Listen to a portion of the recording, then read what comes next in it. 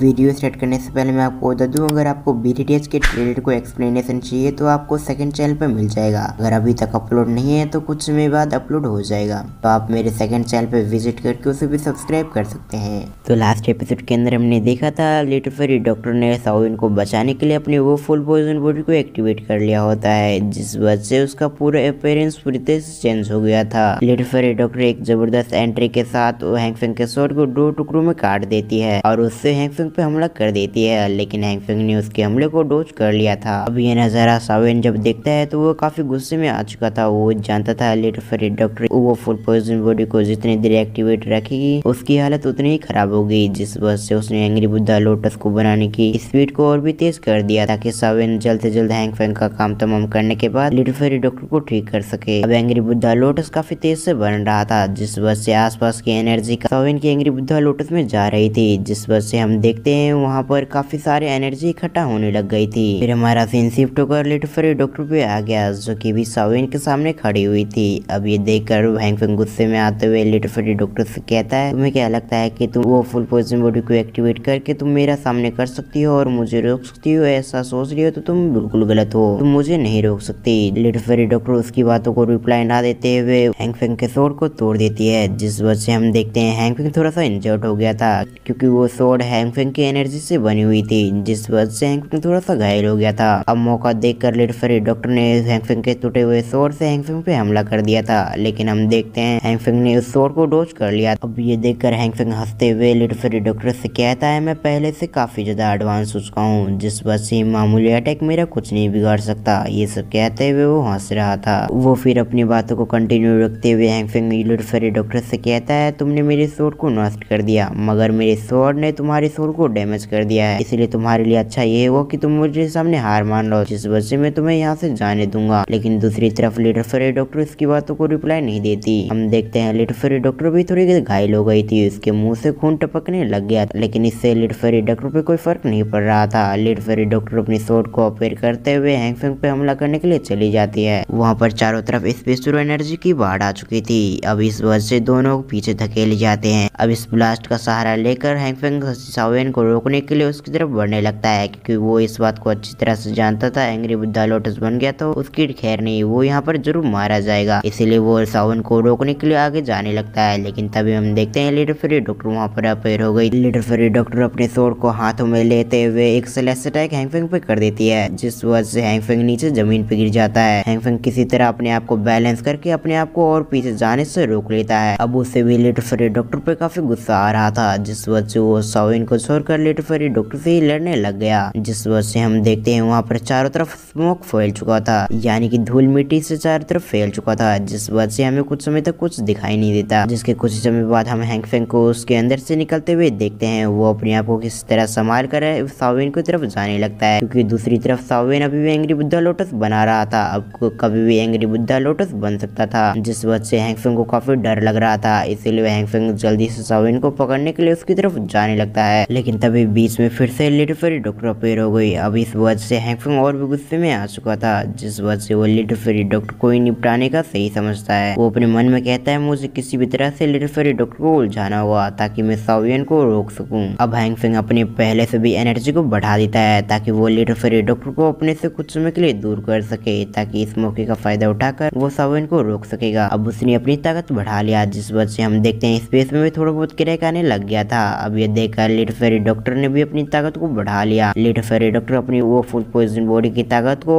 अपनी पीक पे इस्तेमाल कर रही थी। अब मौका देखकर हैंग फेंग ने लिटिल फेरी डॉक्टर को अपने से कुछ कदम पीछे धकेल दिया, जिस वजह से हम देखते हैं इस मौके का फायदा उठाकर हैंग फेंग शाओविन की तरफ बढ़ने लगता है। अब हैंग फेंग को ऐसा करते देख लिटिल फेरी डॉक्टर अपने आप को किसी तरह बैलेंस करके हैंग फेंग की तरफ बढ़ती है। वो अपनी जगह से डिसअपीयर होकर हैंग फेंग के सामने आ जाती है। अब ये देखकर हैंग फेंग पूरी तरह से आग बबूला हो चुका था, इसीलिए वो लिटिल फेरी डॉक्टर पे एक ऐसा अटैक करता है जिस वजह से हम वहाँ पर स्पेस में बहुत बड़ी दरार को आते हुए देखते हैं। अब हैंग फेंग अपनी असली ताकत का इस्तेमाल करते हुए लिटिल फेरी डॉक्टर से लड़ रहा था, जिस वजह से उसकी ताकत पहले से काफी बढ़ चुकी थी। हम उन दोनों के टकराव की वजह से वहाँ पर काफी बड़े बड़े स्पेस दरार को ऑपरेट होते हुए देखते हैं, जो कि बार बार कुछ समय के अंदर डिसअपीयर भी हो रहे थे। अगले सीन में हम लिटिल फेरी डॉक्टर और हैंग फेंग को देखते हैं, जो कि आमने सामने थे। लिटिल फेरी डॉक्टर अपने स्वॉर्ड को डिसअपीयर करते हुए वहाँ पर खड़ी हो गई थी और लिटिल फेरी डॉक्टर के पीछे रही थी सावियन, जो कि अभी भी एंग्री बुद्धा लोटस को बनाने में लगा हुआ था। फिर हमारा सीन शिफ्ट होकर हैंगफेंग पे आ गया, जो कि अभी के लिए हाँफ रहा था। वो अभी के लिए काफी थक चुका था, इसलिए वो अपने सांसों को बैलेंस करते हुए लिटिल फेरी डॉक्टर की तरफ देखते हुए उससे कहता है, तुम हार मान लो, मैं तुम्हें अभी यहाँ से जाने दूंगा, क्योंकि इस बात को तुम भी अच्छी तरह से जानते थे कि मैं अपनी पूरी तरह से अपनी पावर को इस्तेमाल नहीं कर रहा हूँ, नहीं तो मैं तुम्हें एक झटके में मार देता। इसलिए मैं तुम्हें एक और मौका दे रहा हूँ बचने के लिए। तुम यहाँ से चलिए, यहाँ से निकल जाओ, मैं तुम्हें कुछ नहीं करूंगा। लेकिन दूसरी तरफ लिटिल फेरी डॉक्टर हार मानने के लिए भी तैयार नहीं थे। लिटिल फेरी डॉक्टर उसकी बातों को कोई भी रिप्लाई ना देते हुए वहाँ पर अपने फुल पॉइजन बॉडी को एक्टिवेट कर लेती है। अब लिटिल फेरी डॉक्टर की पॉइजन दोस्ती की वजह से हम देखते हैं हैंगफेंग और लिटिल फेरी डॉक्टर के चारों तरफ केफ बने लग गया था। अब ये देखकर सभी लोग शॉक्ड रह गए थे। फिर हमारा सीन शिफ्ट होकर उस केफ के अंदर हैंगफेंग पे आ गया, जो कि अभी आग बबूला हो चुका था। वो लिटिल फेरी डॉक्टर से कहता है, मैंने तुम्हें एक मौका दिया था बचने के लिए, लेकिन लगता है तुम आज मरना ही चाहती हो, तो यही सही। ये सब कहते हुए हैंगफेंग ने जल्दी से मूव करते हुए अपना एक पैर लिटिल फेरी डॉक्टर के पेट में मार दिया, जिस वजह से हम देखते हैं लिटिल फेरी डॉक्टर काफी घायल हो गई थी। इस लात में काफी ज्यादा पावर होती है, जिस वजह से हम देखते हैं लिटिल फेरी डॉक्टर काफी दूर धकेली गई। दूसरी तरफ लिटिल फेरी डॉक्टर अपने आप को किसी तरह बैलेंस करके अपने आप को और पीछे जाने से रोक लेती है। फिर हमारा सीन शिफ्ट होकर बाहर की तरफ आ गया, जहाँ पर city Lord little fairy doctor की तरफ देखते हुए कहते हैं, ये लड़की सचमुच काफी पावरफुल और काफी खतरनाक है। अब सिटी लॉर्ड की ऐसी बातें सुनकर ओल्ड मैन क्योंग से काफी एक्साइटेड हो गया था। वो कहता है, इन सभी को हम ऐसे ही लड़ने देते हैं, सावियन के पास से उस बॉडी ट्रांसमिशन सलाइवा को भी ले सकते हैं। लेकिन दूसरी तरफ हमारा सीन शिफ्ट होकर सावियन पे आ गया, जिसने अभी तक एंग्री बुद्धा लोटस को बना लिया था। सावियन अपने एंग्री बुद्धा लोटस को देखकर काफी खुश हो गया। वो जल्दी से अपनी 300 टेक्निक की मदद से उस केफ के अंदर एंटर करता है। दूसरी तरफ हमें केफ के अंदर का सीन दिखाया जाता है, जहाँ पर हैंगफेंग लिटिल फेरी डॉक्टर को काफी मार रहा था। सावियन हैंगफेंग की तरफ नफरत भरी नजरों से देखते हुए कहता है, अब मरो। ये कहते हुए सावियन ने एंग्री बुद्धा लोटस की एनर्जी को रिलीज कर दिया, जिस वजह से हम देखते हैं वो केफ पूरी तरह से डिस्ट्रॉय हो गया था। अब उसकी एनर्जी को महसूस करके सभी को रूह कांप गई थी। सावियन ने बिना किसी देरी के हैंगफेंग पे एंग्री बुद्धा लोटस से अटैक कर दिया। अब ये देखते ही हैंगफेंग काफी डर गया, इसलिए वो जल्दी से उसके पास जितनी दुई की थी उससे एक सील बनाने की कोशिश करता है और उस रेड एनर्जी के अंदर जाके छुप गया, ताकि वो किसी तरह इस एंग्री बुद्धा लोटस से बच सके। अब ये देखते ही जल्दी से साविली जिया को लेकर वहाँ से निकल गया। अब बाकी लोग भी ऐसे ही करते हैं। उन्हें एंग्री बुद्धा लोटस की पावर का पता चल चुका था, जिस वजह से यहाँ पर कोई भी रहकर मरना नहीं चाहता था, जिस वजह से वो लोग वहाँ से निकलना ही सही समझते हैं। अब उन सभी के जाते ही हम वहाँ पर देखते हैं, वहाँ पर एक एनर्जी ब्लास्ट होता है और ये एनर्जी ब्लास्ट कोई छोटा मोटा नहीं बल्कि बहुत ज्यादा बहुत बड़ा एनर्जी ब्लास्ट था। ये एंग्री बुद्धा लोटस की एनर्जी जिससे भी टकराता उसे राख में तब्दील कर देता और यहाँ तक कि कुछ डीमन वैली के एलर्ट्स भी मारे जाते हैं। अब ये देखकर तो सभी लोग के रोंगटे खड़े हो गए थे, क्योंकि वो जो एक्सपर्ट मारे गए थे वो छोटा मोटा नहीं बल्कि बड़े बड़े एक्सपर्ट थे डीमन वैली के। अब वहाँ पर एंग्री बुद्धा लोटस की स्पिरिट अपेयर हो गई थी। हम देखते हैं एंग्री बुद्धा लोटस की स्पिरिट देखने में काफी ज्यादा सुंदर लग रहा था, लेकिन उसकी एनर्जी बहुत ज्यादा खतरनाक थी। अभी वो एंग्री बुद्धा लोटस एक धड़ाम की आवाज के साथ ब्लास्ट हो जाता है, जिसके बाद हम कुछ समय के बाद का सीन देखते हैं, जहाँ पर पूरी डीमन वैली तबाह हो चुकी थी और वहाँ पर काफी सारे लोग मारे गए थे। वहाँ पर जिसके ज्यादा लोग मारे गए थे वो डीमन वैली के लोग थे। फिर हमारा सीन शिफ्ट होकर ओल्ड मैन क्योंग पे आ गया, जो कि सिटी लॉर्ड की तरफ देखते हुए कहता है, ऐसा कैसे हो सकता है, ये लड़का तो अभी डाउवांग पे है, लेकिन इसने डीमन वैली के लोगों को काफी आसानी से मार दिया। मुझे ऐसा लगता है कि इस लड़के से हमें उस बॉडी ट्रांसमिशन सलाइवा को नहीं लेना चाहिए और उसके बारे में भूल जाना चाहिए, नहीं तो हमारा भी कुछ ऐसा ही हाल होगा। ओल्ड मैन क्योंग की बात पे सहमति जताते हुए सिटी लॉर्ड भी इसके लिए तैयार हो जाते हैं, क्योंकि उन्होंने भी अपनी आंखों से सावियन की पावर को देख लिया था। फिर हमारा सीन शिफ्ट होकर सावियन पे आ गया, जो कि लिटिल फेरी डॉक्टर को सहारा देते हुए उसे पिल खिला रहा था, ताकि इस वजह से उसकी एनर्जी स्टोर हो सके। हम देखते हैं सावियन को ज्यादा कोई गहरी चोटें नहीं आई थी, जिस वजह से वो अभी ठीक ठाक हालत में था। सावियन लिटिल फेरी डॉक्टर से माफी मांगते हुए उससे कहता है, मैं यहाँ पर तुम्हें इसीलिए लाया था ताकि मैं तुम्हारी वो फुल पॉइजन बॉडी को कंट्रोल करने में मदद कर सकूं, मगर यहाँ पर मैं सब कुछ उल्टा कर रहा हूँ। अब ये सुनकर लिटिल फेरी डॉक्टर उसकी तरफ देखते हुए उससे कहती है, तुम ये इसकी चिंता मत करो, अगर मैं मर भी गई तो ये सिर्फ मेरी किस्मत होगी, इसमें तुम्हारा कोई भी दोष नहीं होगा। फिर हमारा सीन शिफ्ट होकर हैंगफेंग पे आ गया, जो कि वो इन दोनों की तरफ देखते हुए कहता है, मैं अभी के लिए मरा नहीं हूँ, जिस वजह से तुम दोनों अपनी बातों को करना बंद करो। अब ये सुनते ही लिटिल फेरी डॉक्टर गुस्से में आते हुए अपनी पॉइजन बॉडी को एक्टिवेट कर लेती है। फिर हमें एक फ्लैशबैक दिखाया जाता है, जहाँ पर एंग्री बुद्धा लोटस के साथ ही साथ लिटिल फेरी डॉक्टर ने पॉइजन को मिला दिया था, जिस वजह से हैंगफेंग के अंदर अभी लिटिल फेरी डॉक्टर का भी पॉइजन मौजूद था। अब इस वजह से हम देखते हैं लिटिल फेरी डॉक्टर ने अपनी पॉइजन को एक्टिवेट कर लिया, वजह से हैंगफेंग कुछ ही समय समय के अंदर तड़प तड़प के मर जाता है। लेकिन तभी साविन हैंगफेंग की बॉडी के पास आते हुए कहता है, तुम ये बच्चों वाली ट्रिक किसी और के साथ खेलना, इसीलिए तुम बाहर आ जाओ, मेरी सोल पावर तुमसे ज्यादा है, जिस वजह से मैं महसूस कर पा रहा हूँ कि तुम यहीं पर हो। अभी ये सब कहते हुए साविन ने अपनी एक डायरेक्शन की तरफ अपने हाथ को मूव किया, जिस वजह से हम देखते हैं हैंगफेंग की सोल साविन के हाथों में आ जाती है। अब ये देखकर हैंगफेंग छटपटाने लगता है। वो कहता है, हम दोनों एक ही मास्टर के स्टूडेंट हैं, जिस वजह से मैं तुम्हारा सीनियर हूँ, इसीलिए तुम मुझे यहाँ से जाने दो। लेकिन साविन उसकी कोई भी बात नहीं सुनता। साविन अपने पास से एक शीशी निकालते हुए हैंगफेंग की सोल को उसमें कैद कर लेता है, जिसके बाद वो ओल्ड मैन क्योंग्स की तरफ गुस्से से देखने लगता है। अभी देखकर ओल्ड मैन क्योंग्स भी समझ जाता है उसकी खैर नहीं, इसीलिए वो सारा इंजाम हैंगफेंग को ठोकते हुए उससे कहता है, ये इस हैंगफेंग की वजह से है। अब उसकी ऐसी बातें सुनकर साविन उसे माफ करते हुए उससे कहता है, मुझे उम्मीद है तुम फ्यूचर में ऐसी गलती नहीं करोगे, नहीं तो इसका अंजाम बहुत बुरा होगा। अब इसके लिए ओल्ड मैन क्योंग्स भी तैयार हो जाता है। फिर हमारा सीन शिफ्ट होकर सिटी रोड पे आ गया, जो कि साविन से कहता है, आपने जैसा मुझसे कहा था मैंने वैसे किया, जिस वजह से आप मुझे उस जहर का एंटीडोट दीजिए ताकि मैं अपने बेटे को बचा सकूं। अब ये सुनते ही साविन लिटिल फ्री डॉक्टर को कुछ इशारा करता है। अब इसे इशारे को समझते हुए लिटिल फ्री डॉक्टर ने अपनी स्टोरिंग से एक बोतल निकालते हुए सिटी लोड को दे दिया। अब ये इस बोतल को देखकर सिटी लोड काफी खुश हो गया था। Little free doctor city load की तरफ देखते हुए उससे कहती है, इसके अंदर वो एंटीट्यूड है जिसे तुम्हें नहाने वाले पानी में मिलाकर तुम्हें अपने बेटे को इसे 1 महीने तक उसमें नहलाना होगा, जिसके बाद तुम्हारा बेटा पूरी तरह से ठीक हो जाएगा। अब ये सुनते ही ओल्ड मैन क्योंग्स और सिटी लोड वहाँ से निकल गए। साविन जिया की तरफ देखते हुए उससे कहता है, तुम अपने असली टैलेंट का इस्तेमाल करते हुए मुझे बताओ डिमन वैली के सारे ट्रेजर कहाँ रखे हुए हैं। अब ये सुनते ही जिया का मुंह फूल गया। वो कहती है, ठीक है मैं बताती हूँ। उसके बाद हमारा सीन चेंज होकर एक दरवाजे पे आ गया, जिसे जिया ने एक पंच में ही तोड़ दिया। फिर उसके बाद वहाँ पर सभी लोग आ गए। हम देखते हैं वहाँ पर डिमन वैली के सबसे कीमती खजाने रखे हुए थे। जिया अपनी पावर का इस्तेमाल करते हुए वहाँ पर एक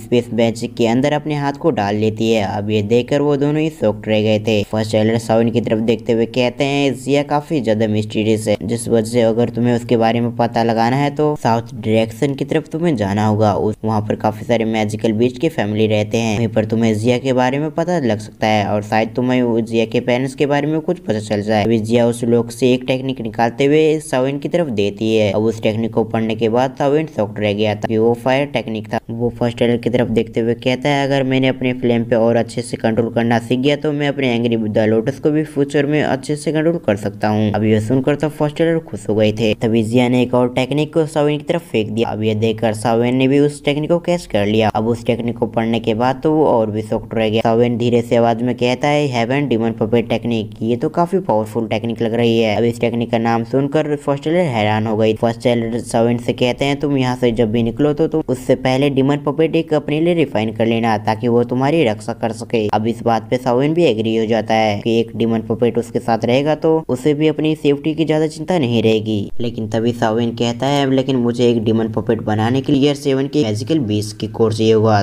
ताकि इसकी मदद से मैं अपने लिए डिमन पपेट बना सकूं। अब उसकी ये कहते ही जिया ने वहाँ पर से एक टियर 7 के एक मैजिकल बीस्ट की कोर निकाल लिया और कहता है साविन से कि ये लो टियर 7 का एक मैजिकल बीस्ट का कोर। अब ये सुनते ही वो दोनों शॉक्ड रह गए थे क्योंकि ये मिलना काफी ज्यादा मुश्किल होता है। फिर हमारा सीन चेंज होता है। हम देखते हैं साविन को जो कि अपने कमरे में आकर अपनी एनर्जी को रिस्टोर कर रहा था। साविन अपनी एनर्जी को रिस्टोर करने के बाद उस स्टोरेज रूम के अंदर डाल देता है, जिस वजह से याओ टियान वो जाग जाते हैं और डीप स्लीप से वो कहते हैं, तुम्हारे ये उपकार मैं जिंदगी भर नहीं भूलूंगा। अब ये सुनकर साविन कहता है, आपने मुझ पे उपकार किया था, जिस वजह से हम दोनों का हिसाब किताब बराबर हो चुका है। अब इसी के साथ ये पार्ट यहाँ पर एंड होता है। अब अगर आपको एक्सप्लेनेशन अच्छा लगा तो वीडियो को लाइक करके चैनल को सब्सक्राइब के साथ ही बेल आइकन कॉल पे प्रेस जरूर कर दें। तो मैं मिलता हूँ किसी और वीडियो में, जब तक थैंक्स फॉर वॉचिंग।